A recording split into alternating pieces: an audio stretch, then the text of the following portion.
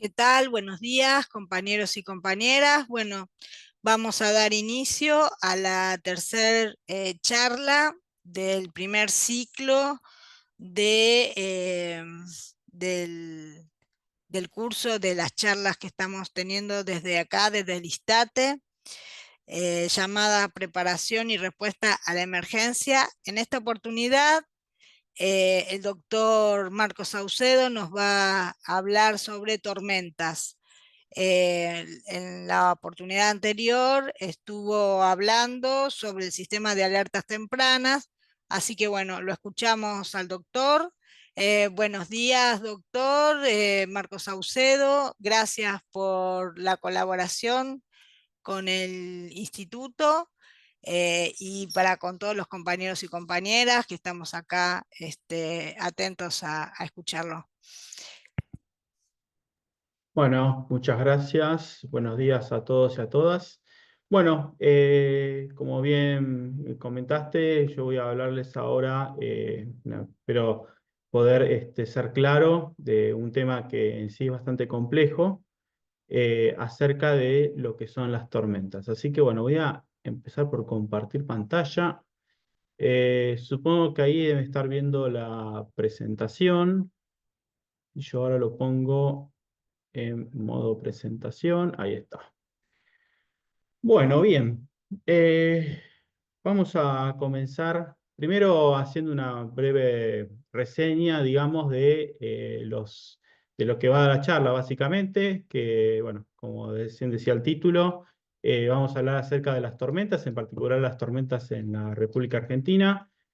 Bueno, vamos a comenzar diciendo, bueno, qué son las tormentas, la clasificación, los tipos de tormentas, cómo se monitorean, y después los siguientes tres apartados, cuatro, mejor dicho, habla más que nada acerca de las características que tienen las tormentas, sobre todo en nuestro país, y más que nada las medidas de prevención y autoprotección, que son muy importantes, ¿sí? Yo en algún momento les voy a comentar que las tormentas son una de las principales causas de muertes por fenómenos meteorológicos a nivel mundial, y la Argentina, bueno, es una de las regiones del planeta que tiene mayor ocurrencia de tormentas. Por lo tanto, bueno, también les voy a estar contando acerca de algunas medidas de prevención y autoprotección, ¿sí? ante las tormentas. Y bueno, en particular también voy a hablar un poco acerca de los tornados, que están muy relacionados con las tormentas, y también, bueno, en qué medida son predictibles las tormentas, en qué medida se las puedo anticipar, ¿sí? Que siendo es un fenómeno que también tiene unas características, digamos, muchas veces muy localizadas, ¿sí? Entonces, es muy difícil a priori dar una idea dónde exactamente van a ocurrir las tormentas, ¿no? Ahora eso lo vamos a ver un poco mejor. Pero bueno, vamos a empezar primero haciendo una referencia, ¿no?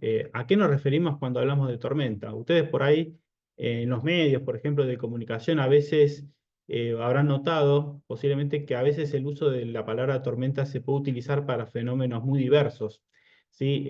Muchas veces se habla, por ejemplo, de un huracán o de una tormenta tropical, y a veces se la suele llamar tormenta tropical, no sé, Katrina, por decir algo.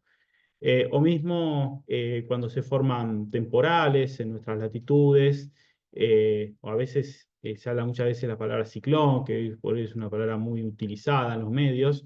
También a veces se la atribuye con la palabra tormenta, o mismo en zonas desérticas, incluso digamos, también en nuestro país muchas veces se dan lo que son tormentas de polvo o las tormentas de arena en los desiertos, que bueno, también se utiliza esa palabra, o mismo en la región patagónica, por ejemplo, o en la cordillera de los Andes, cuando hay un temporal de nieve, muchas veces también se lo suele llamar tormenta de nieve. Y bueno, quizás digamos, los fenómenos, digamos, de tormentas eléctricas es quizás por ahí posiblemente el fenómeno que más se lo puede asociar con la palabra tormenta, y que de hecho, bueno, es un poco de lo que va esta charla, ¿sí? Nosotros vamos a hablar acerca de las tormentas que están asociadas con actividad eléctrica. Entonces, bueno, básicamente, ¿qué es una tormenta? Bueno, una tormenta es ni más ni menos digamos, una definición, digamos, es la formación de una nube que tiene características particulares, ¿no? Primero es una nube que se forma, que crece de forma vertical. O sea, nosotros podemos tener nubes que más que nada están extendidas como una capa, ¿sí? En forma horizontal, y otras que son nubes que van creciendo en la vertical, digamos, como que se van montando, si se quiere, van, digamos, de a poco ganando altura, ¿no? O espesor. Ese tipo de nubes, muchas veces nosotros los meteorólogos las llamamos nubes tipo cumulus o cumulonimbus, cuando ya son de desarrollo, ya están desarrolladas. Y hay un proceso físico que se da en la atmósfera, nosotros podemos ver, digamos, en las figuras que están abajo, sobre todo la de la izquierda, que es un proceso, digamos, que las tormentas o la formación de una nube tipo cúmulos responde a un proceso físico que se da en la atmósfera que es de transferencia de calor. ¿Sí? Básicamente el calor en la atmósfera se transmite por tres mecanismos.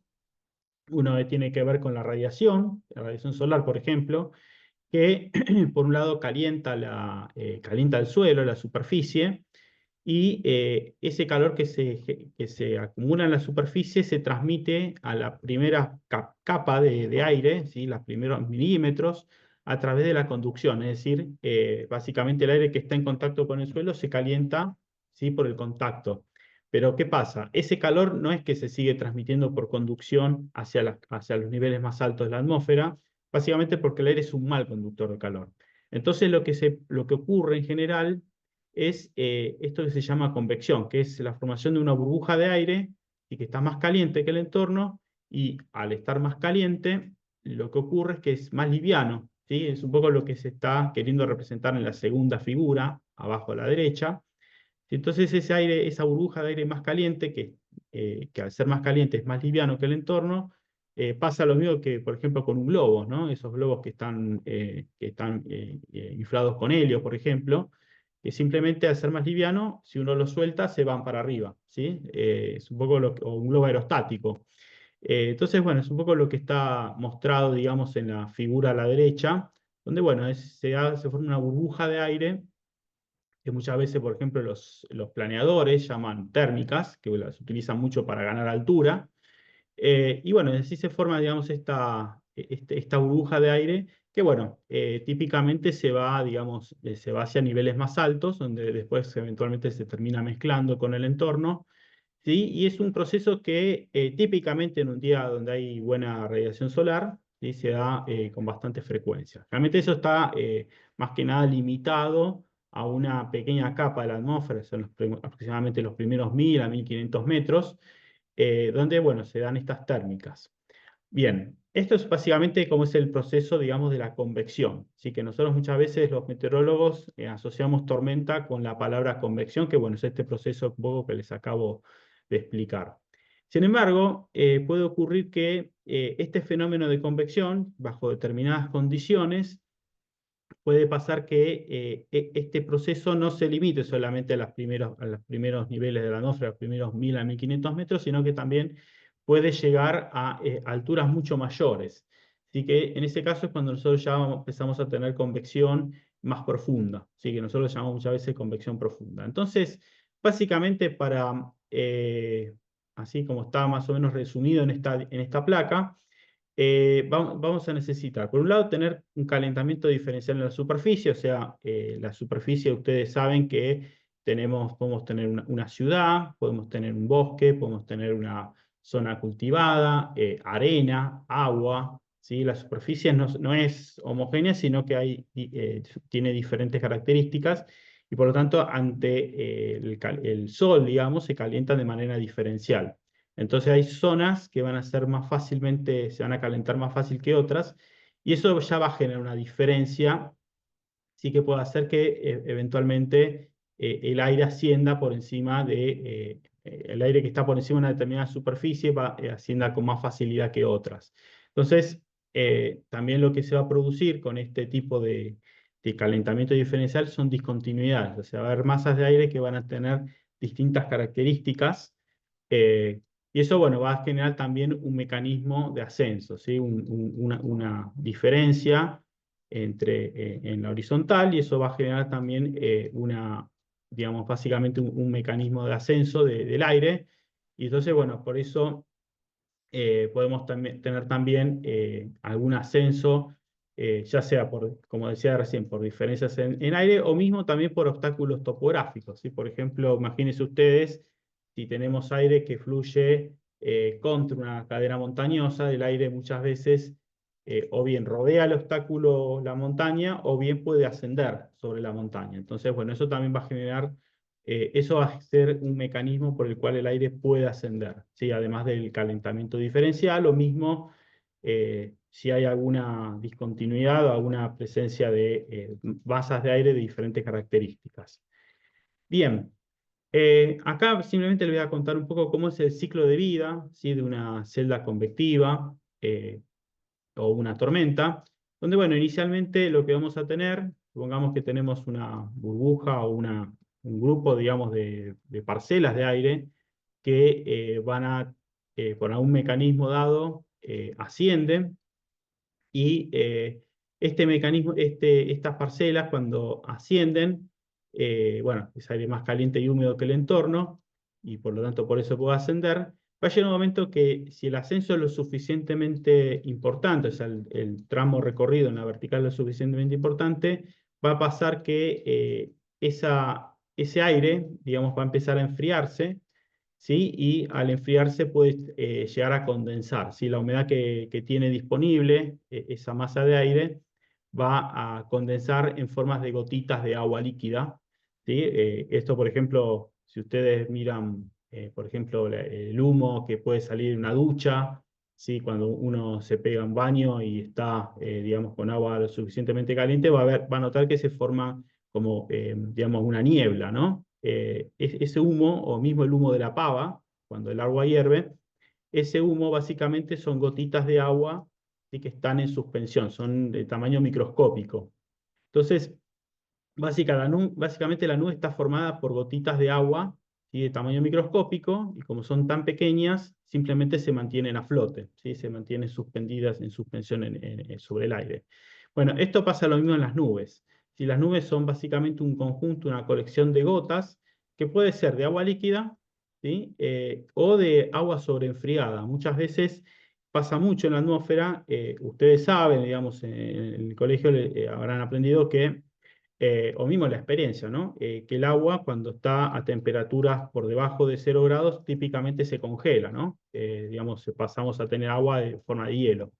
Bueno, pasa muchas veces que en las nubes el agua puede estar en estado líquido con temperaturas por debajo de 0 grados. Así que eso se llama agua sobreenfriada. Básicamente es agua que si por algún motivo se perturba, sí se congela en forma instantánea. Y típicamente uno puede encontrar en las nubes, digamos, con temperaturas del orden de -10, por ejemplo, -10 a -20 grados, uno va a encontrar una gran cantidad de gotas de agua sobreenfriadas. Entonces acá, por ejemplo, lo que están viendo en este esquema, en este diagrama, es el dibujo de la nube, y van a ver distintos niveles, distintas alturas. Esto está sacado de un libro de Estados Unidos, con lo cual, bueno, los norteamericanos utilizan mucho el sistema inglés de medidas, y entonces esto está en pies. Pero para que se den una idea, por ejemplo, cuando estamos hablando de 10.000 pies, son más o menos unos 3.000 metros de altura, acá los 20.000 son aproximadamente 6.000 metros. Entonces verán una serie de flechas, ¿no? Vectores que indican el movimiento del aire. Fíjense que a medida que vamos ascendiendo por la nube, vamos a ver vectores, flechitas cada vez más largas, significa que el aire se está acelerando en la vertical.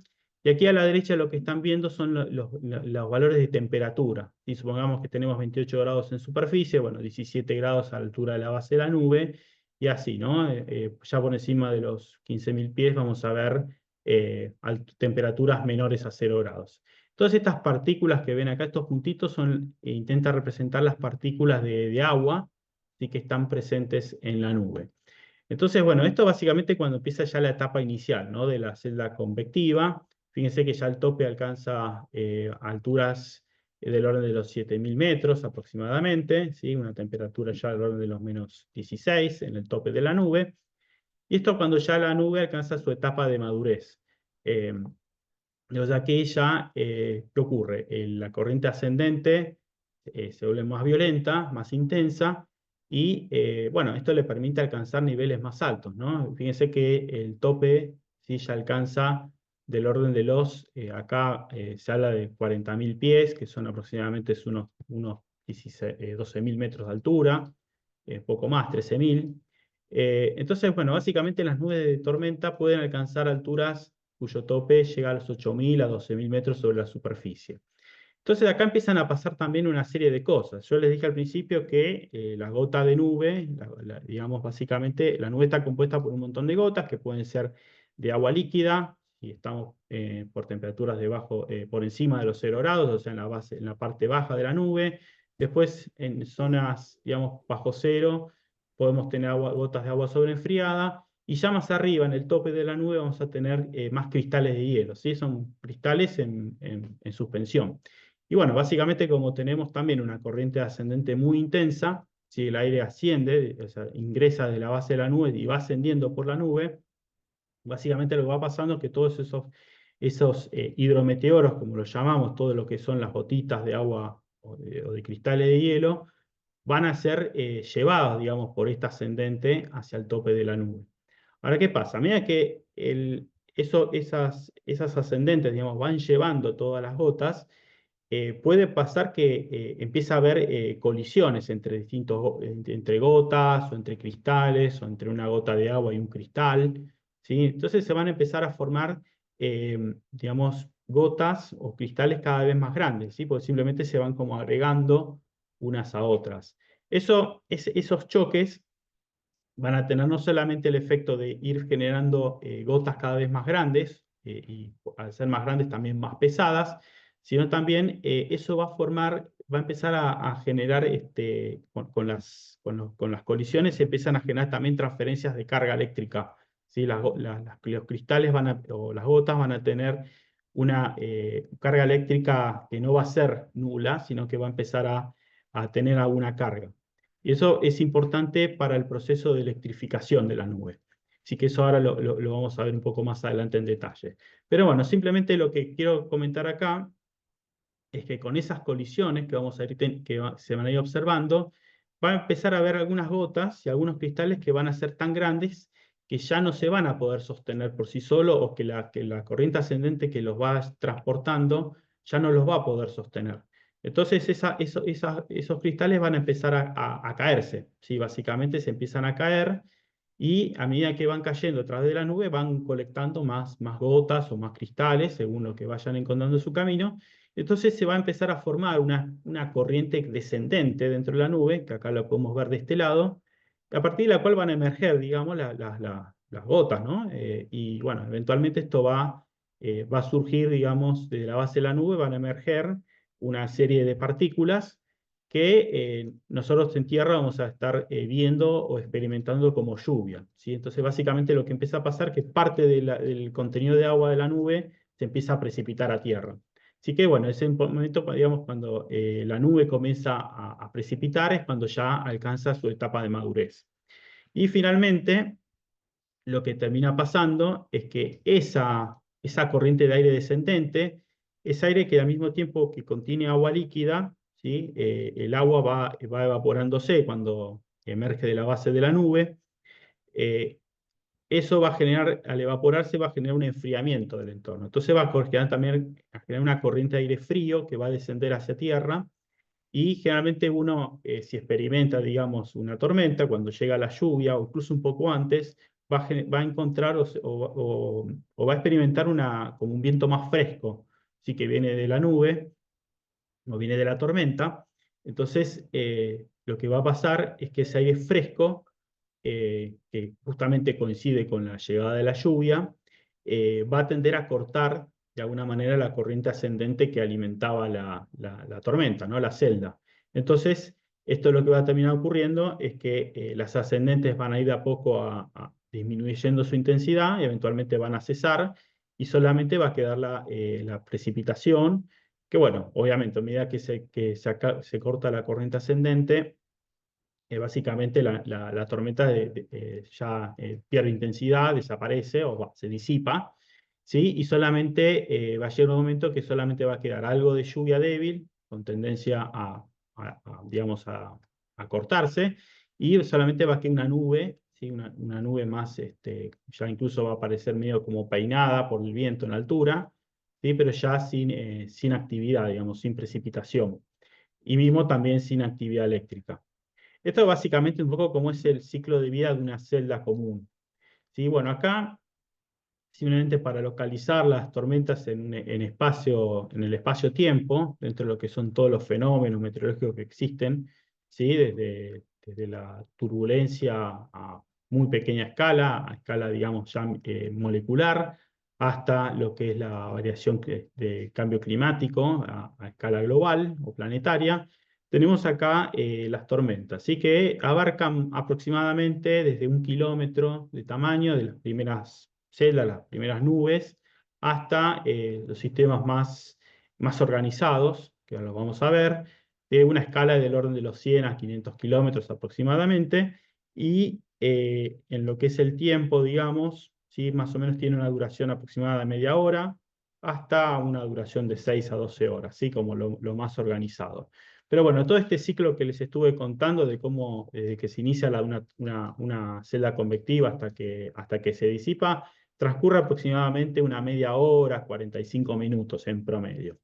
Bueno, esto simplemente para enumerar los fenómenos que tiene asociada la tormenta. Primero y principal, la actividad eléctrica. Nosotros vamos a llamar, realmente llamamos tormenta a cualquier chaparrón que al menos tenga evidencia de actividad eléctrica, ya sea que se vea un relámpago, por ejemplo, o un rayo, o bien se escuche un trueno. ¿Sí? Eso para nosotros va a decir, esto es una tormenta. Eventualmente, o sea, sí o sí la característica distintiva es la presencia de actividad eléctrica. Vuelvo a repetir, es quizás el fenómeno más peligroso que tiene asociado una tormenta. Después, bueno, tenemos este tipo de fenómenos que pueden estar acompañando a la tormenta o no. Uno es la precipitación en superficie. Generalmente, muchas veces tiene asociado lluvia, a veces nieve incluso, y excepcionalmente puede dar lugar a granizo.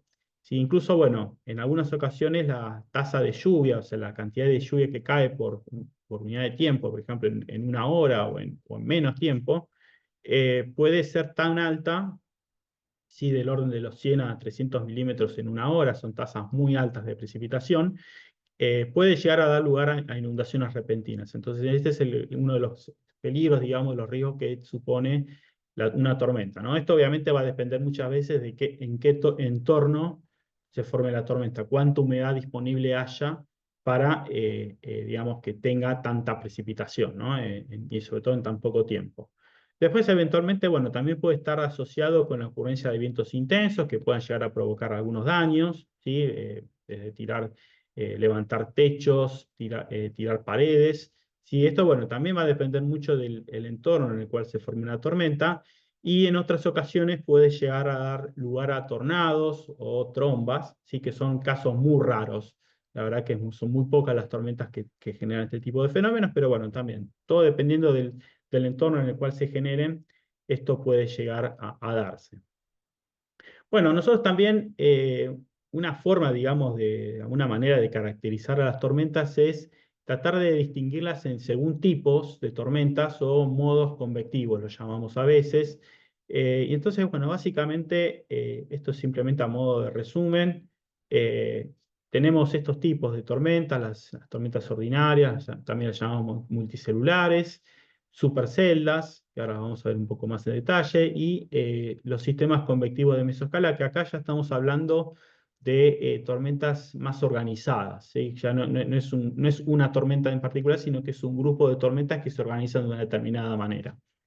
Entonces, bueno, siempre en cualquiera de los casos, como está dicho ahí abajo, ya sea que tengamos una celda ordinaria o un sistema convectivo o una supercelda, siempre hay un riesgo principal para la vida para la vida de las personas, que es la actividad eléctrica, ¿sí? Entonces, eso siempre uno lo tiene que tener en cuenta.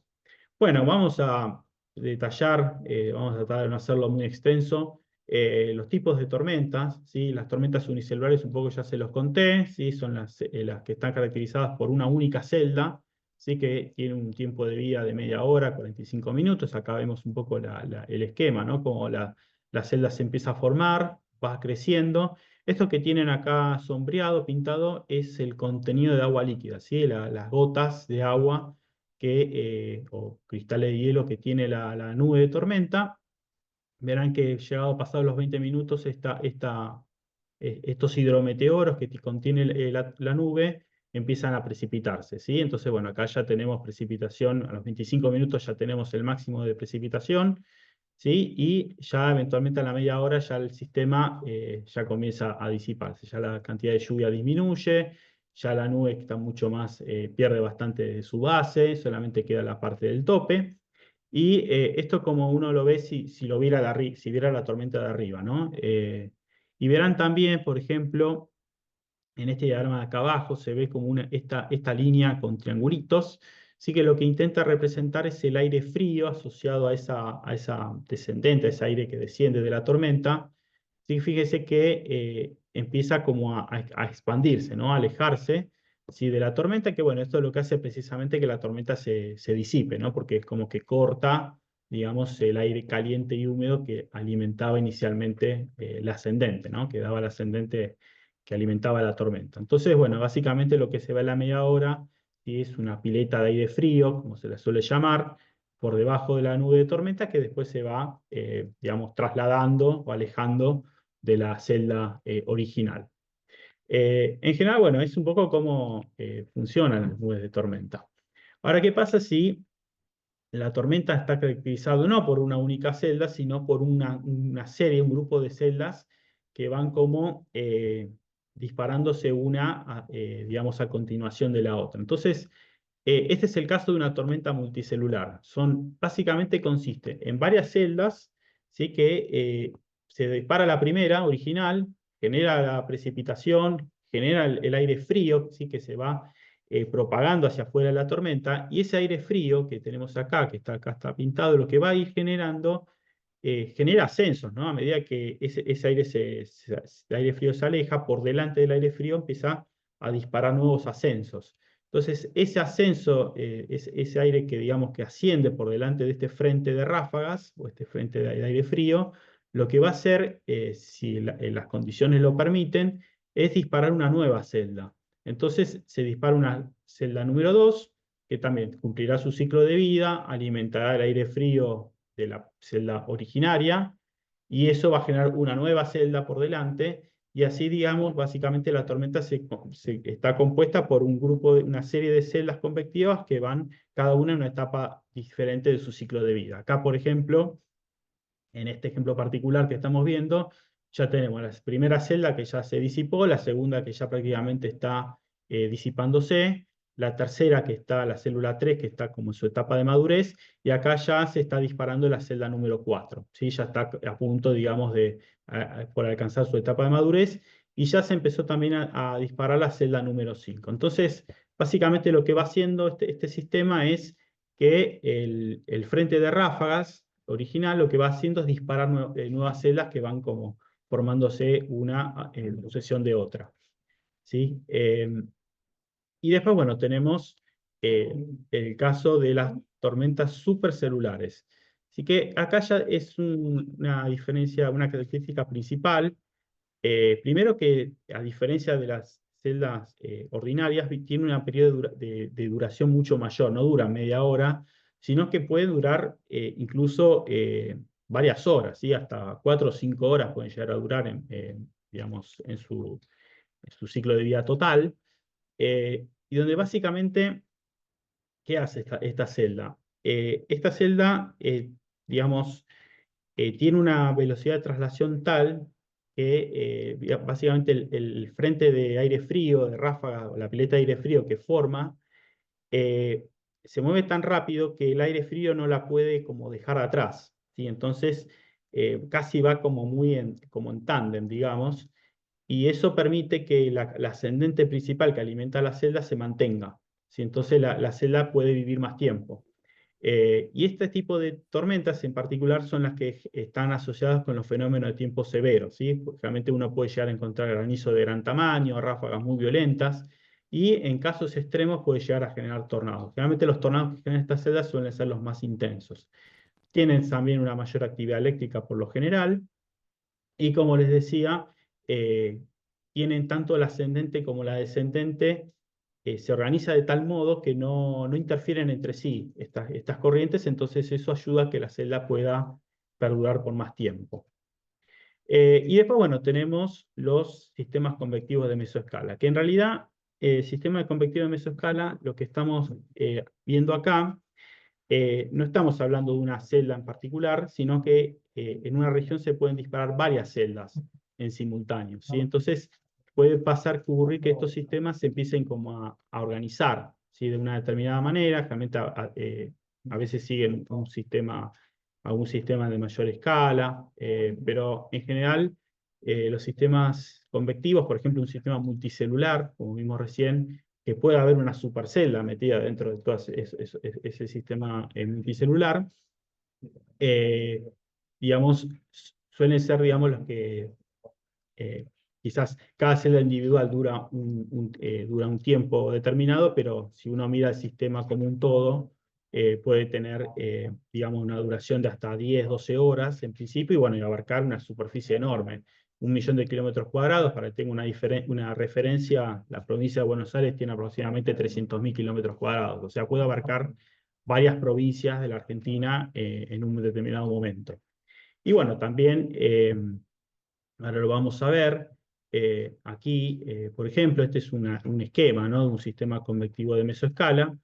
Eh, Básicamente puede tener varios cientos de kilómetros de extensión, ¿sí? Donde, bueno, básicamente vamos a tener una primera parte donde tenemos una zona de convección, digamos, de celdas convectivas, que es la parte delantera del sistema, y después por detrás, ¿sí? Por ahí, a veces varios cientos de kilómetros por detrás, se extiende toda una zona que nosotros, bueno, llamamos que es de precipitación también intensa, no tanto como la parte inicial, y que, bueno, puede estar asociado, ¿no? También con la ocurrencia de ráfagas, sobre todo en la parte delantera del sistema, ¿sí? Y también en la parte trasera, ¿sí? Al final también aparece una zona donde pueden darse algunas ráfagas cuando ya el sistema está finalizando.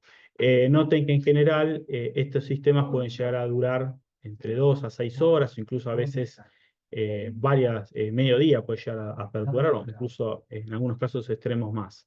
Y bueno, en general nosotros los llamamos línea de inestabilidad, tienen distintos tipos, ¿no? Los sistemas convectivos, no voy a meter en mucho detalle, o bueno, a veces algunos nombres que están tomados del inglés, digamos, bueno, en general en Estados Unidos donde más se estudiaron todos estos sistemas, y bueno, ahora un poco les voy a mostrar por qué, pero donde más se caracterizaron, digamos, a estos tipos de sistemas. En general, cuando nosotros tenemos una situación, un evento particular, un día X, digamos, donde hay tormentas, uno lo que va a encontrar en un día particular no es un tipo de tormenta en particular, sino que muchas veces uno va a ver como distintos tipos de tormentas conviviendo, digamos, ¿no? En un determinado contexto. Entonces, muchas veces uno ve como combinaciones, por ahí tiene un sistema convectivo con varios tipos de tormenta, algunas que son superceldas, hay otras que son tormentas multicelulares o algunas celdas ordinarias. Entonces, en general, a veces en situaciones es muy difícil clasificar, ok, hoy no, entonces eran todas superceldas. Y no, en general suele haber distintos tipos de tormentas conviviendo en una dada situación. Pero bueno, saliendo un poco del tecnicismo, y yendo un poco más a lo que es cómo uno puede monitorear las tormentas. Bueno, cómo nosotros podemos detectar las tormentas, ¿no? Entonces, ¿cómo las observamos? Más allá de decir, ok, uno puede entrenarse y tratar de ver, bueno, ok, reconocer una nube de tormenta en particular. Típicamente lo que uno tiene son las estaciones de superficie, hay un observador. Estas son, por ejemplo, las 126 estaciones que tiene el Servicio Meteorológico Nacional hoy por hoy, donde bueno, hay un observador meteorológico que a cada hora reporta, ¿sí?, las condiciones del tiempo en cada uno de estos puntos, y eventualmente, bueno, aquí se puede llegar a detectar una tormenta. Si un observador la visualiza la nube, puede reconocerla, es una tormenta lo que tenemos acá. Incluso, bueno, si hay algún fenómeno que está ocurriendo en el momento, en el lugar, también lo reporta. Pero bueno, el problema que tenemos, sobre todo en particular la red de estaciones de servicio en general, es que tiene grandes huecos, ¿no? Y bueno, también teniendo en cuenta que a veces la escala de ocurrencia de una tormenta es de unos pocas decenas de kilómetros en general, bueno, hay muchas tormentas que uno puede, prácticamente se las pierde, digamos, no las puede ver si uno tiene solamente, se maneja con observaciones en superficie. Entonces se utilizan otras herramientas, estos más que nada de sensores remotos, ¿sí? Satélites. Nosotros tenemos uno de los satélites que, digamos, que observan la atmósfera. ¿Sí? Acá tenemos, por ejemplo, lo que observa un satélite que está posicionado sobre el Ecuador, a una altura de unos 36.000 kilómetros. Entonces uno puede ver también, digamos, las tormentas, ¿no? Que están ocurriendo en determinado momento, a determinada hora, para un determinado lugar en un determinado momento. Entonces, lo que permite el satélite es que uno puede eh, ver, ¿sí? Tiene ya un ojo, una vista de águila de todo lo que está pasando, y en particular puede reconocer las ocurrencias de tormentas.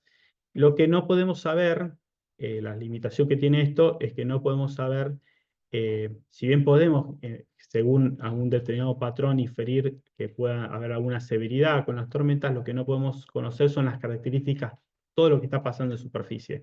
O sea, uno puede tratar de inferir lo que está pasando, pero no tiene la certeza porque uno necesita algún reporte en tierra, digamos. Y mismo también tenemos los radares meteorológicos. Así que básicamente lo que es un radar meteorológico simplemente emite una señal digamos, de microondas que rebotan contra las gotas de lluvia, el granizo o los copos de nieve de una tormenta. Eso rebota y regresa al radar. Y el radar lo que hace es ubicar la posición donde se produjo ese rebote, ¿sí? Entonces uno puede detectar y ubicar muy bien dónde están las tormentas. Es decir, la tormenta está en tal localidad. Incluso uno puede también, reconociendo algunos patrones, incluso puede ver, digamos, la estructura interna de la tormenta y estimar hacia dónde se mueve esa tormenta, y lo cual también nos da una idea de poder advertir si uno ve que esa tormenta puede llegar a generar algún riesgo. Bueno, puede advertir a las zonas que están a su paso. El gran problema que tienen los radares, o la gran limitación, es que tiene una cobertura limitada. Es decir, ustedes lo que están viendo acá en este mapa son círculos que indican el área de observación de cada radar meteorológico. Entonces uno necesitaría en realidad instalar una red de radares, ¿sí? A lo largo y ancho del país, para poder precisamente observarlos con el mejor detalle posible. Entonces, bueno, acá lo que están viendo, este mapa es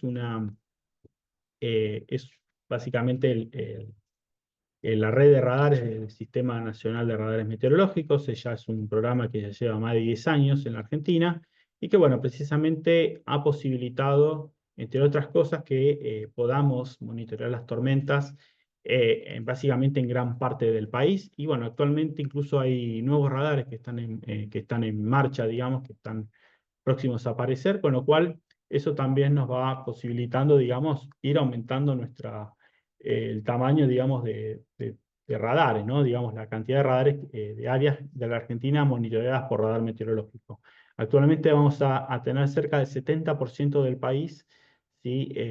A menos, digamos, esto proyectando para finales de 2025, el 70% de la Argentina monitoreado por radares meteorológicos. Lo cual, bueno, para nosotros en particular, el servicio meteorológico es una gran noticia, ¿sí? Porque, bueno, nos va a también permitir poder visualizar mejor incluso las áreas de tormenta.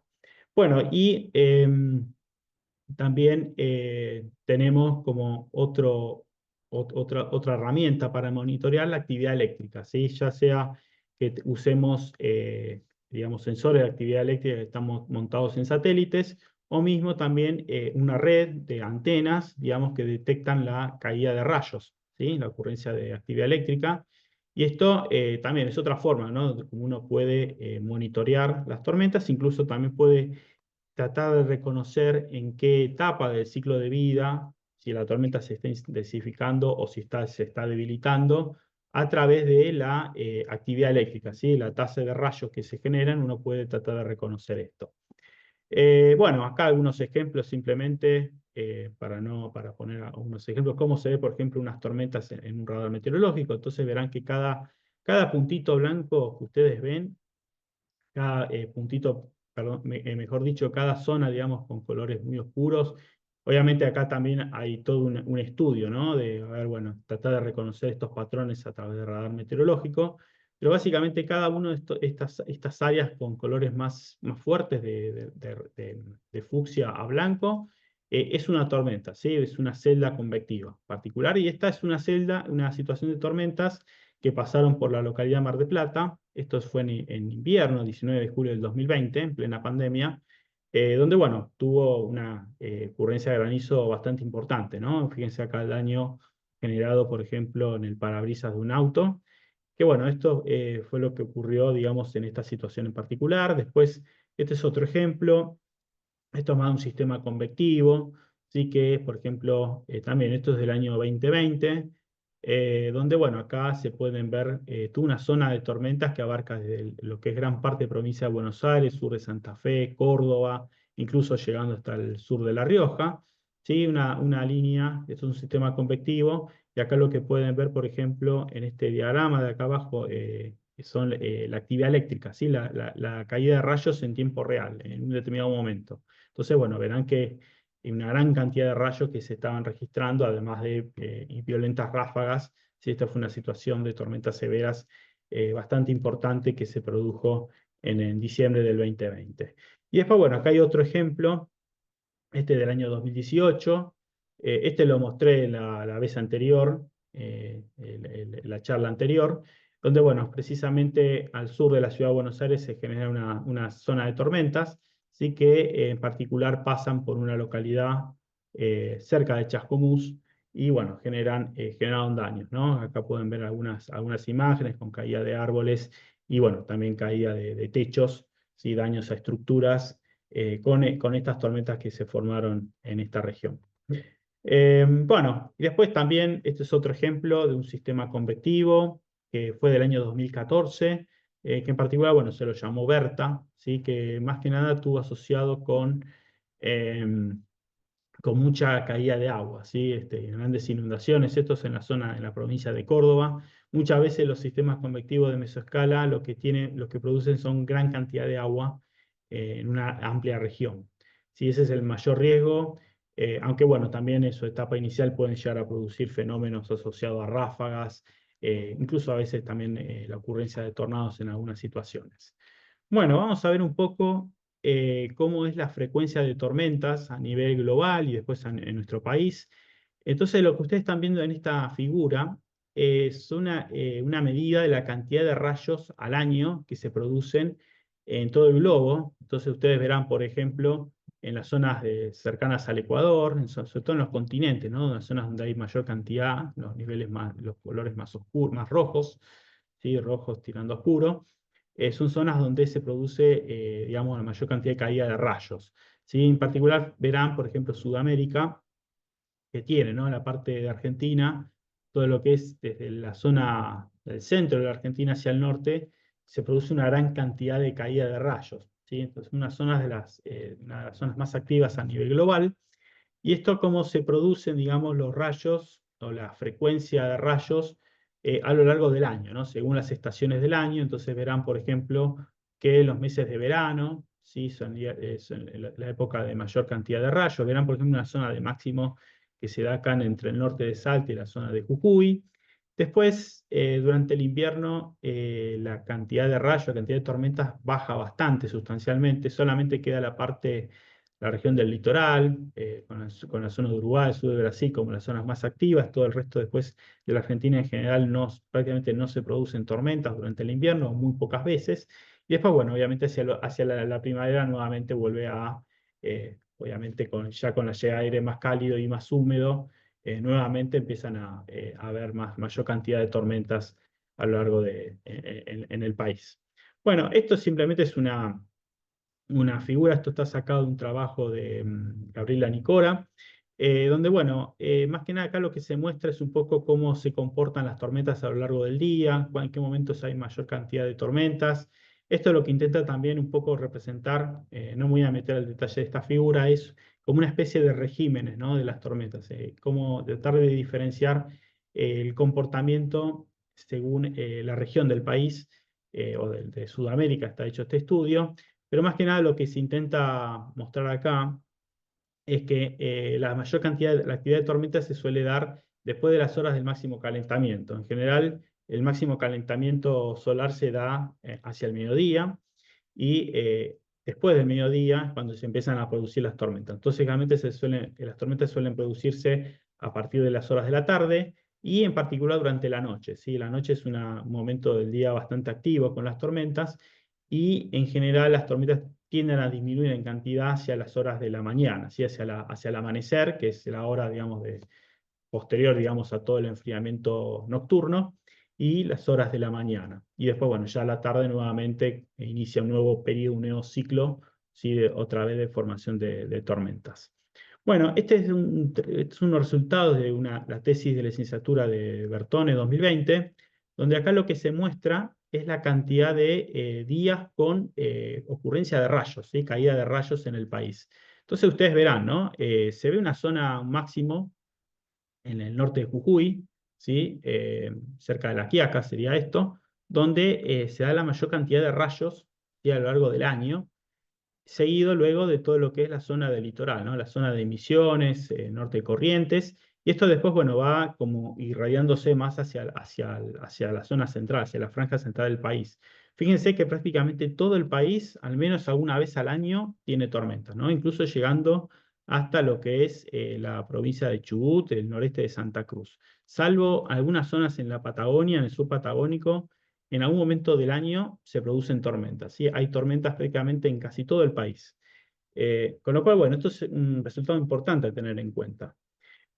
Más que nada ahora, por lo que voy a decir ahora, que tiene que ver con las descargas eléctricas, que un poco fue lo que yo les dije. De entrada es la preocupación o, digamos, el fenómeno más peligroso. Generalmente es la que se suele llevar, cobrar más vidas en el país, a menos asociado a los fenómenos meteorológicos. Entonces acá lo que están viendo es un poco, yo les decía hace un rato que, bueno, las distintas colisiones dentro de una nube de tormenta lo que empieza a hacer es a formar regiones con distinta carga, digamos, ¿no? Carga eléctrica dentro de la nube. Entonces pasa, por ejemplo, que a medida que uno se va acercando, digamos, una nube de tormenta, uno tiene, ¿no? En general, en la zona baja de la nube va a tener una zona de carga positiva, después en niveles medios una zona de carga negativa, y cerca del tope un centro de carga positiva, ¿no? Digamos, de cargas dentro de la nube de tormenta. Y esto a medida que se va moviendo esta tormenta, lo que va a ir generando en tierra es como una especie de sombra, ¿no? O sea, estas cargas positivas van a provocar que en tierra se genere una zona de carga negativa, ¿sí? Como que la nube se va moviendo y las cargas también en tierra se van desplazando siguiendo a la tormenta. Entonces esto lo que va a generar es un campo eléctrico, ¿sí? Y en ese campo eléctrico, si es lo suficientemente intenso, va a provocar una descarga, ¿sí? Como si se quiere algo parecido a lo que ocurre con un Magiclick, por ejemplo, que uno genera, digamos, una chispa, ¿sí? Básicamente es por diferencia de cargas. Entonces, esto es algo parecido, digamos, ¿sí? Pero a una escala mucho mayor. Entonces, básicamente lo que puede producirse son descargas, ¿sí? Son chispas que pueden ir desde, por ejemplo, de la nube a tierra, o pueden producirse dentro de la nube, ¿sí? En cuyo caso nosotros lo que veríamos es un resplandor en la nube, que sería un relámpago, o mismo también entre dos nubes, ¿no? De una parte de una nube a otra parte de una nube vecina, o de la nube al aire. ¿Sí? Es un poco cómo se pueden producir las descargas eléctricas. Y en particular, que es lo que nos interesa, digamos, para la vida propia, digamos, la integridad física de las personas, son las descargas que se dan a tierra, ¿sí? Entonces, bueno, uno puede tener distintos tipos de descargas, ya sea una descarga que sea de carga negativa desde la nube hacia tierra, que sería una descendente, o puede ser una descendente de carga positiva que viene más del tope de la nube hacia tierra, que generalmente están asociados a rayos con mucha energía, y o puede producirse al revés, ¿no? Que se genere una carga, una descarga, digamos, que venga de tierra hacia la nube, ¿sí? Muchas veces pasa, ¿no? Que se inicia la descarga de la nube, y al mismo tiempo desde tierra se genera otra descarga y se van como encontrando, digamos, las descargas hasta que se forma el rayo, ¿sí? Que bueno, en general son varios ciclos de cargas y de descargas, digamos, que se dan entre nube y tierra. Entonces, ¿cómo podemos llegar a ser impactados nosotros, digamos, si tenemos una descarga eléctrica? Una posibilidad es que precisamente el rayo descargue sobre nuestro cuerpo. ¿Sí? Es una posibilidad, o sea, simplemente la energía del rayo circula a través de todo el cuerpo y luego se disipa en tierra. Puede pasar que tengamos una descarga por contacto, es decir, el rayo cae sobre un objeto, si nosotros estamos en contacto con ese objeto, la energía va a circular también a través de nuestro cuerpo, ¿sí? Por ejemplo, si tenemos un alambrado, ¿sí? El rayo cae sobre un alambrado y nosotros estamos tocando el alambrado, estamos apoyados sobre él, bueno, también va a circular la energía por nuestro cuerpo, ¿no? Con todos digamos, los daños que eso puede llegar a producir. Después puede pasar que tengamos una descarga de tipo lateral, es decir, el rayo cae sobre un objeto, si nosotros estamos lo suficientemente cerca de ese objeto, puede ser que de ese objeto a partir de ahí pueda descargar, digamos, directamente hacia nosotros, ¿sí? Esa es otra posibilidad. Después, otra posibilidad, esta es una situación que puede provocar, puede provocarnos la muerte, es que sea por tensión de paso, es decir, el rayo cae cerca nuestro, ¿sí? Y la energía que hace digamos, se va distribuyendo en tierra en círculos concéntricos.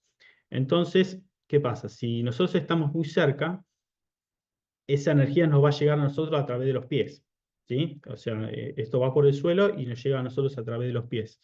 Si nosotros tenemos digamos, básicamente la energía va a circular en la medida que haya como una diferencia digamos, de energía o de tensión, digamos, a través de donde estamos parados. Es decir, si nosotros tenemos los pies muy separados, bueno, eso nos va a producir, digamos, va a haber una diferencia de potencial y va a producir, digamos, el paso de energía a través de nuestro cuerpo. Si nosotros por ahí tenemos los pies más juntos, posiblemente la diferencia potencial no sea tan intensa y entonces puede que eso no nos afecte tanto. Entonces un poco acá lo que está queriéndose mostrar en esta figura, por ejemplo, si es el caso de una vaca, sí que es una vaca, es un animal cuadrúpedo, tiene muy grandes dimensiones, bueno, seguramente la energía le va a circular y va a tener, como dice acá, esta de tipo de descarga puede ser letal para los animales cuadrúpedos. Y después, otra cosa que puede provocar es la onda de choque. Sí, el trueno básicamente se produce porque es el aire, digamos que cuando cae un rayo, el aire que está alrededor se calienta muy rápido, sí, puede llegar a 25.000 grados, y esto genera una onda de choque que se expande, y si nosotros estamos muy cerca de donde cae un rayo, puede provocarnos un aturdimiento, ¿sí? Incluso puede llegar a lesionarnos el oído por el estruendo que se genere. En sí, la onda de choque no viaja mucho, viaja a pocos metros, pero bueno, el problema es si estamos muy cerca de donde cae el rayo. Entonces, bueno, básicamente uno debería tratar de evitar en la medida de lo posible estar, digamos, o quedar, digamos, en una situación donde puede caerle un rayo. Entonces, bueno, ¿cuáles son las reglas de protección básica? Una y principal es estar atento al pronóstico. Y esto no me refiero simplemente con ver si hay alerta meteorológica, sino básicamente con ver el pronóstico. Si hay pronóstico de tormentas, bueno, hay que tener en cuenta si justo tenemos pensado desarrollar actividades al aire libre, o mismo ir de camping, por ejemplo, también, o de picnic. Bueno, tener en cuenta esta posibilidad que si justamente va a haber tormentas o puede llegar a haber tormentas, uno tendría que estar pensando en suspender la actividad o pasarla para un día, digamos, donde no se anticipe, digamos, que pueda haber tormentas. ¿Sí? Porque, bueno, uno va a estar ya poniéndose, o sea, uno diría, qué problema, va a llover, se me arruina el plan, pero uno tiene que pensar que puede estar poniendo su integridad física y la de otros en juego. Entonces, eso es lo más importante, más allá de si el plan se arruina o no. Y después, bueno, si nos toca por el motivo que fuere, estar, digamos, a la intemperie en una situación de tormentas o tener que circular y hay tormenta, bueno, tratar de identificar cuáles son los lugares seguros. Si en general uno tendría que estar cuando hay una tormenta en construcciones cerradas que cuenten con estructuras metálicas, ¿sí? Tipo casa de cemento, en un edificio, por ejemplo, o incluso dentro de un auto, en un avión, ¿sí? Con ventanillas cerradas, en general van a ser zonas seguras. Entonces, por ejemplo, si estamos considerando estos 6 ejemplos que vemos acá, verán, por ejemplo, que ni la casilla, digamos, del bañero, que está acá en la playa, es un lugar seguro. O sea, uno no debería estar en la playa cuando hay una tormenta. Mismo en una parada de colectivo también están en zona de riesgo. O en el auto descapotable, bueno, lógicamente también está básicamente poniéndose un blanco en la cabeza. Acá estoy yo, que venga el rayo. O mismo en una, digamos, en una zona, digamos, con una estructura abierta, ¿no? En este pequeño lugar de comidas, ¿sí? También es una zona de riesgo si justamente me sorprende una tormenta estando en una tormenta. Si en ese sentido, si yo estoy más dentro del colectivo o adentro del auto con ventanillas cerradas, voy a estar más a salvo que si estoy, digamos, en cualquiera de esas otras estructuras que tenemos ahí. Después, bueno, también qué hacer cuando hay una tormenta, ¿no? ¿Cuál es la regla de seguridad? Hay un dicho en inglés, los norteamericanos cuando concientizan dicen que si el trueno suena, vete adentro. En inglés sería if thunder roars, go indoors, que significa si escuchas el trueno, métete adentro. Entonces, básicamente lo que uno tiene que ver es si en el momento que uno ve el destello, ¿sí? De un relámpago y escucha el trueno, pasan menos de 30 segundos, significa que ya estamos en una zona que podemos ser impactados, porque el rayo de una tormenta no cae solamente en la zona, digamos, donde está la tormenta o si está lloviendo, por ejemplo. Uno puede pensar, ah, bueno, no está lloviendo todavía, entonces no tengo riesgo de que me caiga un rayo. Y eso es un error, porque el rayo puede caer incluso hasta 20 kilómetros fuera de la tormenta. Si entonces, si uno ya empieza a escuchar el trueno, dice, ok, ya estoy en una zona que puedo estar siendo impactado por un rayo. Entonces se sugiere buscar refugio. Y después uno debería permanecer en esa zona cerrada hasta que se cuenten 30 minutos de no detectar más descargas eléctricas, ¿sí? Esa sería un poco la norma. O sea, si yo escucho, si desde que veo un relámpago y escucho un trueno pasan menos de 30 segundos, yo ya tengo que buscar un lugar seguro. Y después permanecer ahí hasta que al menos pasen 30 minutos después de escuchar la última descarga. Si eso me va a mantener bastante a resguardo, digamos, si llegara, digamos, de una descarga eléctrica. Y después, bueno, esto puede parecer un poco extraño, pero ¿qué pasaría si, por ejemplo, por ejemplo, no sé, me sorprende una tormenta de la intemperie, que podría pasar? Bueno, ¿cómo uno debería adoptar? Obviamente, uno debería, más que ponerse así, buscar un refugio. Pero bueno, si yo no tengo forma de buscar refugio, ¿cuál sería la posición en la cual yo podría no salvarme, pero sí por lo menos tratar de minimizar los daños, ¿no? Entonces, acá lo que se postula, digamos, es esta posición en cuclillas, en lo medida de lo posible con, digamos, en punta de pie, sin tratar de apoyar mayormente el pie, la planta del pie, y tapándome los oídos, ¿sí? Y si estoy en grupo, no estar todos juntos, sino estar separados por lo menos unos 30 metros, como para estar, digamos, tratar de minimizar los daños. O sea, esto lo que quiero decir no es, digamos, la posición más segura, o sea, lo ideal es no llegar a esta situación, pero bueno, si por X motivo llegar a estar en esta situación y hay caída de rayos, bueno, esta sería quizás la mejor opción dentro de lo malo que es la situación en sí, ¿sí? Porque ya estamos muy a riesgo, digamos, de estar siendo impactados por un rayo. En todo caso, siempre sí se sugiere estar separados. ¿Por qué? Porque si están todos juntos, si cae el rayo a uno y se lesiona, lastima a otro, al estar separados, posiblemente le cae el rayo a una persona y los otros pueden ayudarlo, ¿sí? Pueden tratar de socorrerlo. De la otra manera, si todos salen heridos, bueno, obviamente eso no va a ser tan factible. Bueno, siempre esto paso un poco el chivo del sistema de alerta temprana de la vez pasada. Siempre, en caso de la alerta por tormenta, uno tiene, digamos, siempre las recomendaciones en caso, digamos, de la ocurrencia de tormentas. De todas maneras, más que estar atento a si hay una alerta de tormenta o un aviso a muy corto plazo, cuando uno ya tiene un pronóstico de tormenta, uno ya debería estar prestando atención ante este, digamos, el riesgo que supone la actividad eléctrica. Y bueno, por último, para no hacerlo ya demasiado largo, ya llevo casi una hora hablando aproximadamente, eh, tenemos el fenómeno de los tornados. Así que los tornados en sí son un fenómeno muy raro, muy poco frecuente, ¿sí? Y que suelen darse en las tormentas severas.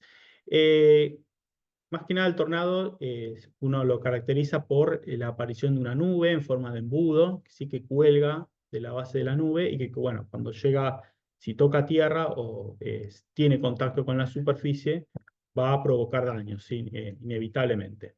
Entonces lo que están viendo ahí abajo es una tablita con las distintas escalas, ¿sí? La escala Fujita, ¿sí? Que después tuvo varias versiones, donde bueno, acá, como esto está hecho en Estados Unidos, donde más se estudiaron los tornados, precisamente esto está en unidades de millas por hora, pero como para que se den una idea, con la escala actual, ¿sí? La escala Fujita mejorada, como se lo llama, tiene como 6 escalas, ¿no? Que se caracterizan los tornados. Muchas veces los tornados tienen vientos que, fíjense, acá habla de ráfagas, que por ejemplo para la categoría 5, la más alta, estamos hablando de ráfagas de más de 200 millas por hora, para que se den una idea, esos son unos 320 kilómetros por hora. En general, no suele medirse in situ con un instrumental. El instrumental se suele romper cuando se da este tipo de fenómenos.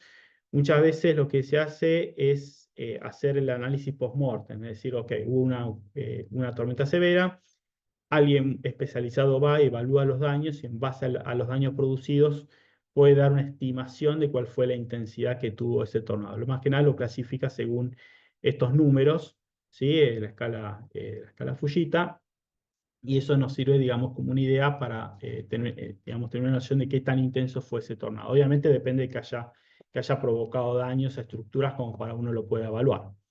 Bueno, esto es básicamente un poco las características de los tornados. Realmente duran unos pocos segundos, la mayoría son de la escala más pequeña, la escala F0 o F1, de la gran mayoría de los tornados.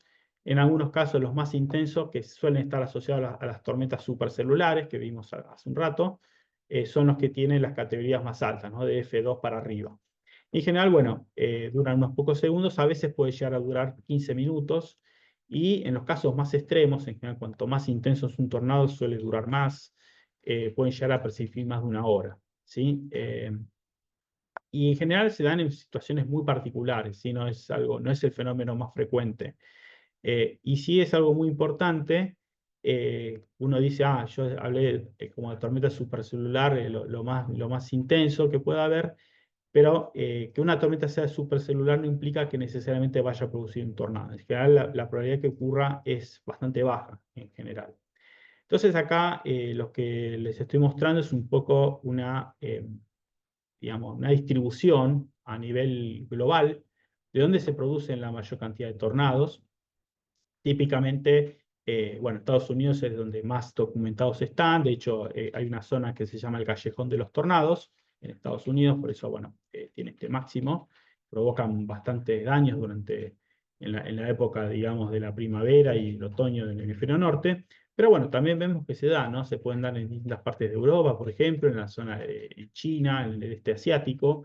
Y nosotros, bueno, acá en Sudamérica también tenemos una zona, digamos, la zona de la llanura chacopampiana, que sumamos también con Brasil, el sur de Uruguay, perdón, Uruguay y el sur de Brasil, la zona de Paraguay. Tenemos una zona donde se producen tornados. Y acá lo que están viendo es una base de datos, distribución geográfica, donde los puntos rojos que ustedes están viendo son las zonas donde alguna vez se reportó un tornado, esto tomando el periodo 1930-2020, ¿sí?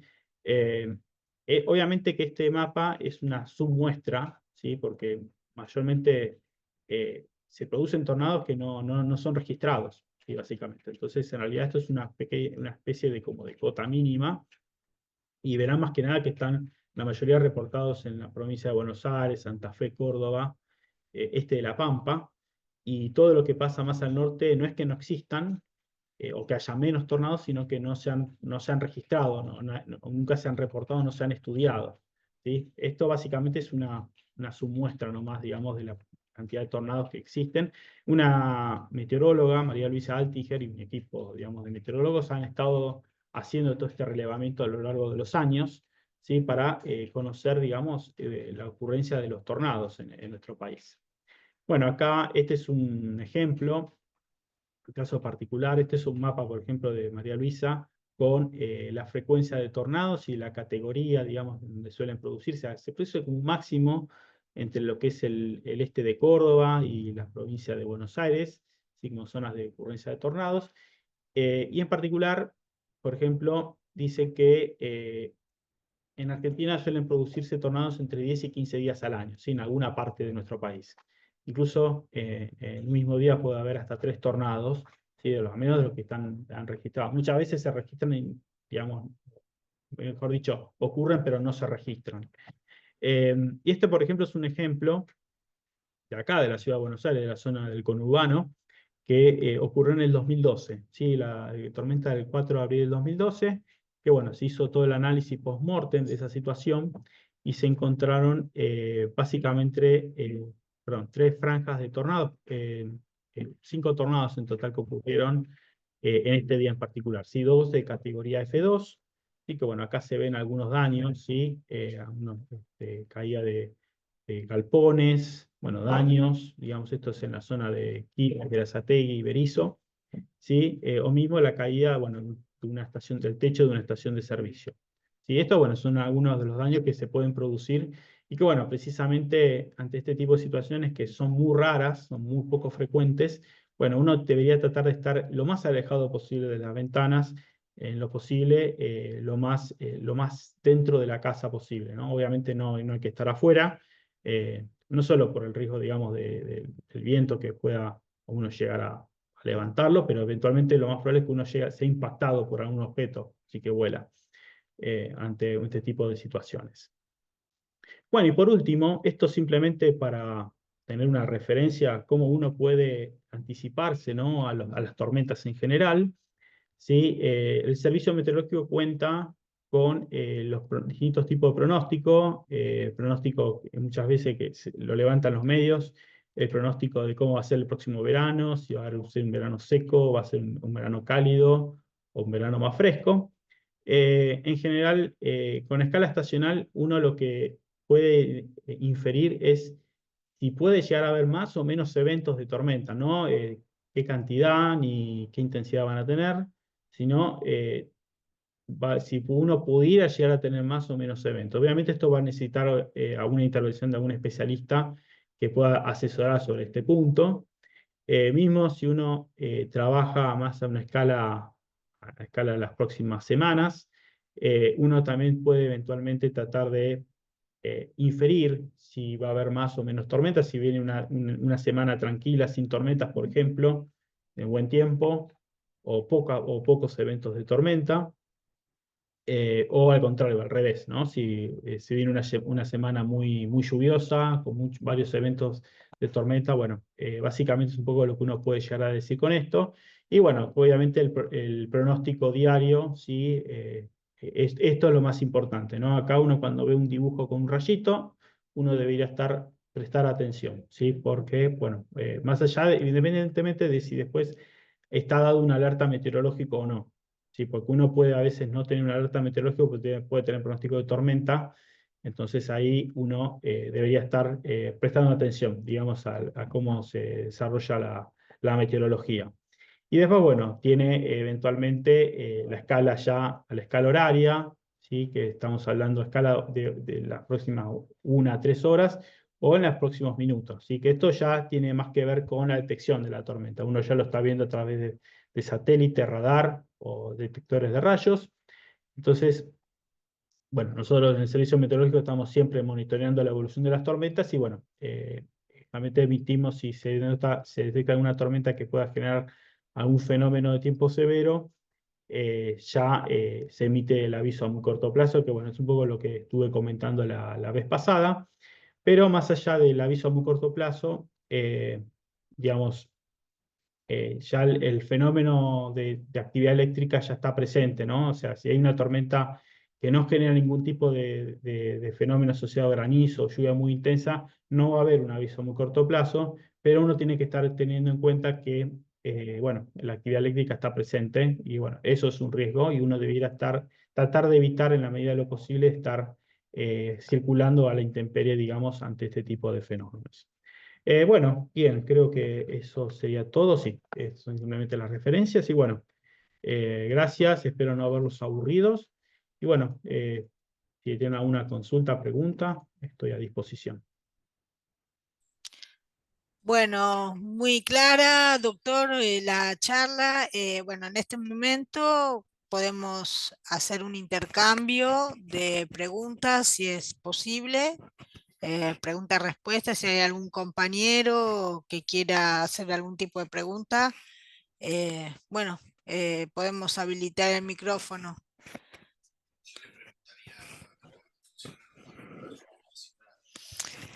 Eh, Acá hay una pregunta. ¿Cómo funcionan los pararrayos en las ciudades con respecto a las tormentas? Sí, básicamente el pararrayos está pensado para cubrir un determinado sector, ¿sí? Uno no puede pensar que porque una ciudad tenga un pararrayo uno está protegido en absoluto, ¿sí? Simplemente está pensado más para proteger un edificio particular. O sea, el área de protección, de cobertura es muy limitado por sí. O sea, básicamente no esperaría que con un pararrayo yo me sentiría seguro, tranquilo, para nada. Bueno, acá hay otra pregunta de un compañero que escribió en el chat. Dice, ¿cómo se puede detectar la caída de rayos en una localidad? Bueno, básicamente hay redes, ¿sí? Nosotros, por ejemplo, en el servicio meteorológico tenemos, digamos, acceso a la red de rayos, digamos, a una red de detección de rayos de la EANA, la empresa argentina de aeronavegación, eh, que básicamente, bueno, nos permite, con dos antenas, uno puede tratar de triangular la ubicación de un rayo y ver incluso qué polaridad tiene, ¿sí? Si es positivo o negativo. Que eso, si bien está instalado para las actividades aéreas, ¿sí? Porque básicamente no se puede, se detiene la operación en un aeropuerto si hay caída de rayo, ya sea por personas que puedan estar teniendo que abordar un avión o por la carga de combustible. Sí, generalmente los aeropuertos disponen de un sistema para ir monitoreando, digamos, la tormenta y la potencial caída de rayo. Pero bueno, básicamente lo que se hace es eso, es utilizar redes en superficie donde se instalan antenas en distintas partes del país y entonces se van triangulando la ubicación de las descargas y uno puede saber dónde cayó determinado rayo. Uno, en una situación de tormenta, un día de tormentas, uno puede ver una cantidad de caída de rayos impresionante. A veces incluso a uno mismo lo sorprende la cantidad que se produce al año, pero bueno, es en un día particular y bueno, obviamente en un año uno puede ver una cantidad bastante impresionante. Bueno, muy bien. A mí me gustaría preguntarte el tema de la tormenta que hubo en Bahía Blanca a principios, creo que fines del año pasado, en Sí, diciembre. ¿Qué características tuvo esa tormenta? Si se hizo ese post-mortem que hablas o sí. todavía no se pudo haber hecho. Sí, en general, a ver, yo tengo, digamos, tengo conocimiento, digamos, por el lado profesional, si se quiere. Se hizo el análisis post-mortem en lo que tiene que ver con la caída de una torre de alta tensión. Muchas veces lo que tiene que ver con los estudios de tornados se hacen por caídas de líneas de tensión, ¿sí? Pues bueno, básicamente sí se supo, por ejemplo, que en las cercanías de Bahía Blanca, no en la localidad, hubo un tornado que pasó previo a la tormenta. Sobre lo que es la localidad de Bahía Blanca en particular, al menos lo que se ha visto hasta ahora es más un sistema convectivo bastante severo, que tuvo vientos del orden de los 150 kilómetros por hora que se pudo detectar, digamos, con instrumental. Sí, 140, 150 aproximadamente las ráfagas. aparentemente estuvo más asociado más a un sistema convectivo que afectó la zona, ¿no? De la localidad de Bahía Blanca. Que después, bueno, toda la situación esa de tormentas que se dio en la noche del 16 al 17 de diciembre, después avanzó por toda la provincia de Buenos Aires y fue una gran línea de inestabilidad. ¿Sí? Es un sistema de gran escala, así que perduró varias horas y en particular cuando llegó a la ciudad de Buenos Aires también provocó vientos muy intensos. ¿Sí? Eso, bueno, es algo que a priori el análisis que se hizo de toda esta situación fue ese. Es muy difícil a priori indicar la ocurrencia del tornado porque, bueno, por un lado tiene que ir una persona especializada a analizar los daños en particular y eso salvo que una persona en particular haya visto el embudo donde que se dio el tornado, bueno, en ese caso uno podría, salvo que uno tenga eso, no podría, digamos, determinar si hubo o no un tornado. Sí sabemos, esto lo sé por una cuestión profesional, que hubo un tornado cerca de Bahía Blanca, pero no lo que ocurrió en Bahía Blanca en particular. Eso no podemos decir. Y con respecto a este tema, ¿no? El Servicio Meteorológico Nacional tiene, digamos, capacidad como para prevenir estas clases de tormentas, no solamente por el alerta Sí, del Servicio Meteorológico, sino este, como pasa, por ejemplo, en Estados Unidos, que días antes saben que va a impactar el huracán y ya le tienen el nombre y todo al huracán. claro, sí. Si Sí, sabemos, son si nosotros fenómenos, estamos sí, capacitados estamos, pero hay que ver si tenemos el equipamiento, ¿no? claro, sí. Primero, bueno, muy buena la pregunta. Hay que tener en cuenta que los huracanes son ciclones tropicales, son sistemas de mayor escala que en general uno, digamos, con las herramientas con las que cuenta, uno puede ir viendo. Sí, doctor, ¿se puede bajar el micrófono para que lo escuchemos mejor? Ah, perdón, sí. Gracias. Uno, digamos, los ciclones tropicales o los huracanes, a los que haces mención, uno los puede ver con bastante día de anticipación. Para hacer un paralelismo, es para nosotros decir, bueno, que qué día en particular de la semana va a ser el día más complicado en términos de tormentas.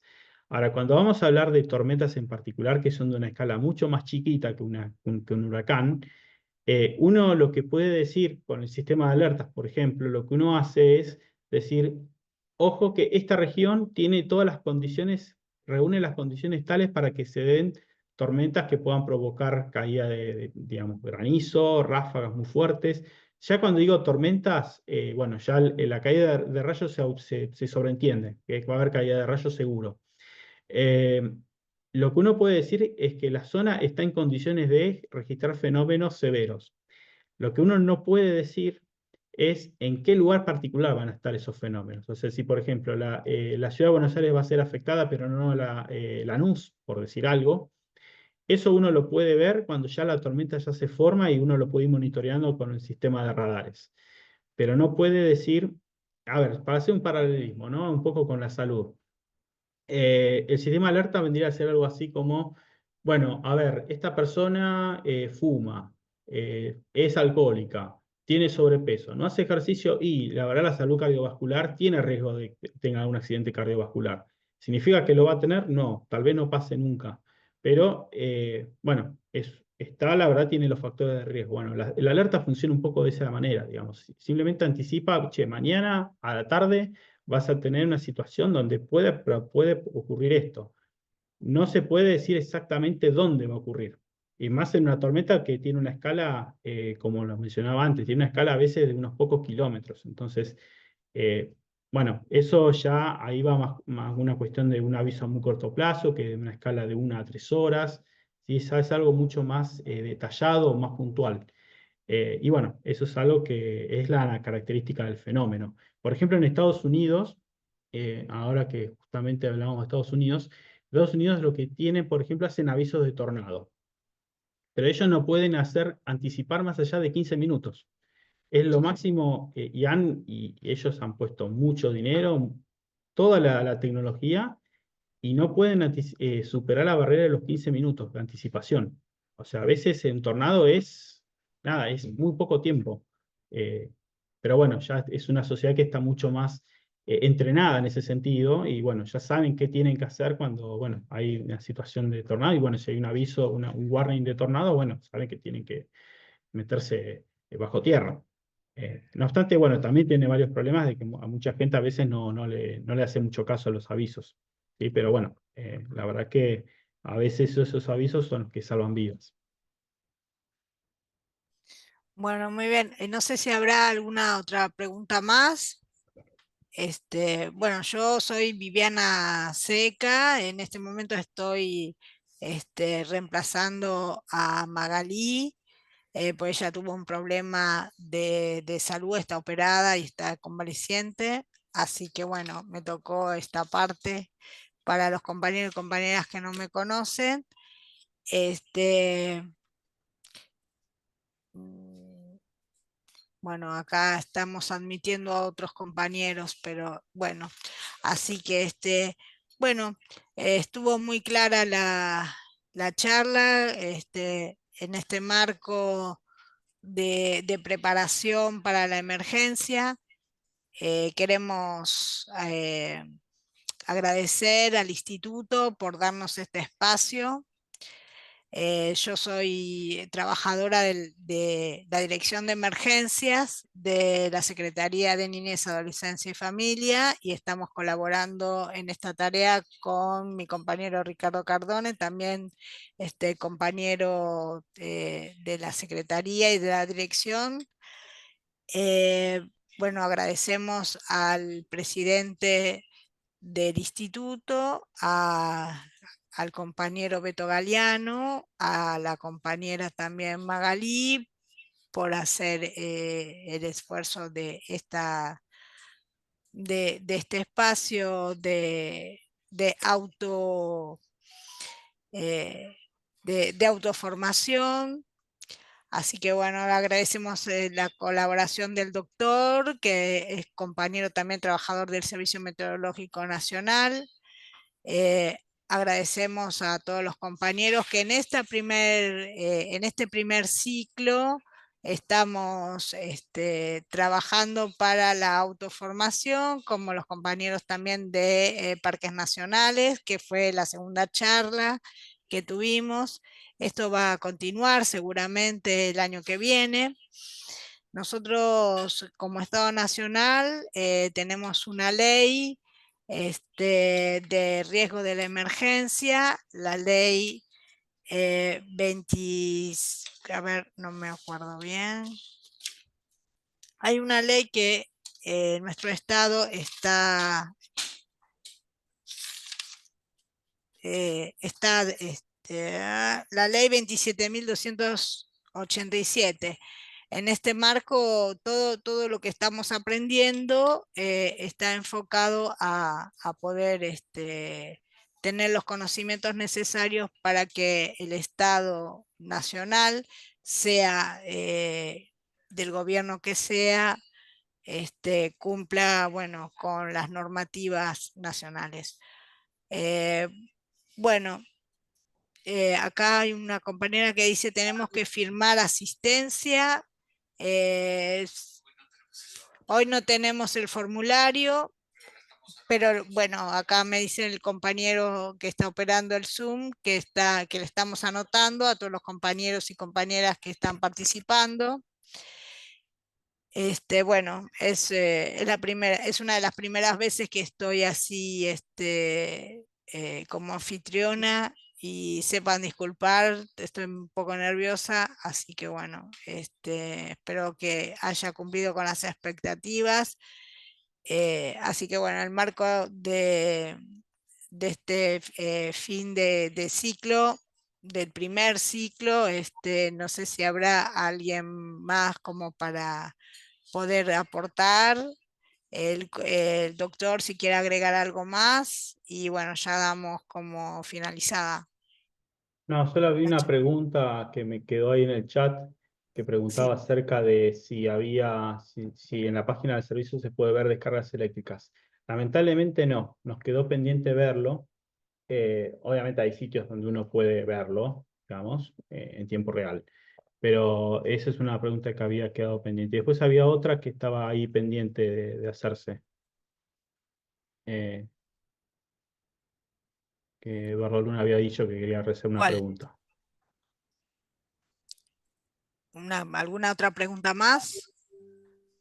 Podemos abrir el micrófono si quieren hablar, porque hoy somos pocos y bueno, podemos entre nosotros.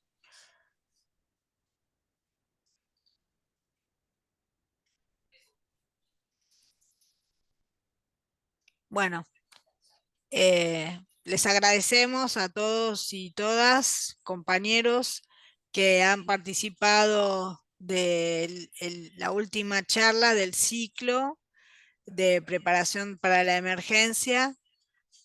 Bueno, seguramente el año que viene vamos a continuar con el mismo ciclo, con otros temas, o volveremos con algún otro tema relacionado también con el tema de la emergencia, de la emergencia, digamos, a nivel climático, porque realmente las emergencias empiezan por ahí, ¿no? Por el clima. Después se desarrolla todo lo que se desarrolla a nivel social, y daños tanto físicos como materiales. Así que bueno, eh, no sé si no hay más nada, nos podemos desconectar, damos por finalizada la última charla. Sí, si quieren yo le puedo ¿Sí? dejar el mail porque veo preguntas, pero bueno, yo no estoy escuchando, si no dejo el mail anotado y si quieren me escriben de último. No tengo ningún inconveniente. Acá dice Liliana, deseo realizar una pregunta a Marco. A ver, ¿cómo podemos?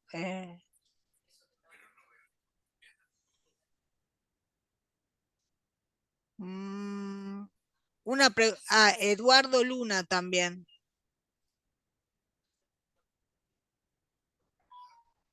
Yo ahí Sí, le dejé mi mail. Perdón, te lo mandé a vos, en vez de a bueno, todos.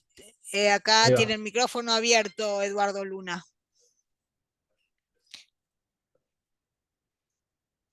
No, no se escucha, no se escucha.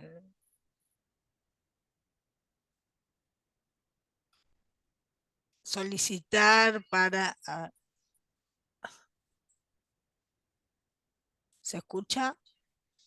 No.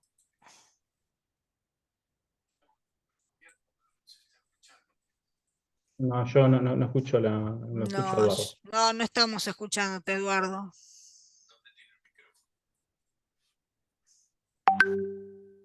¿Dónde tenés el... A ver.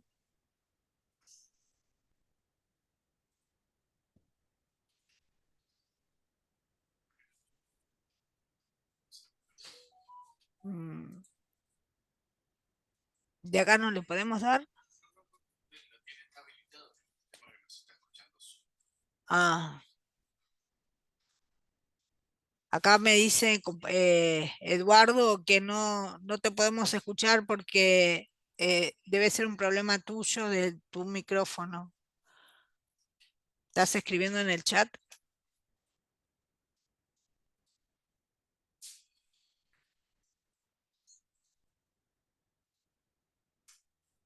Yo no veo.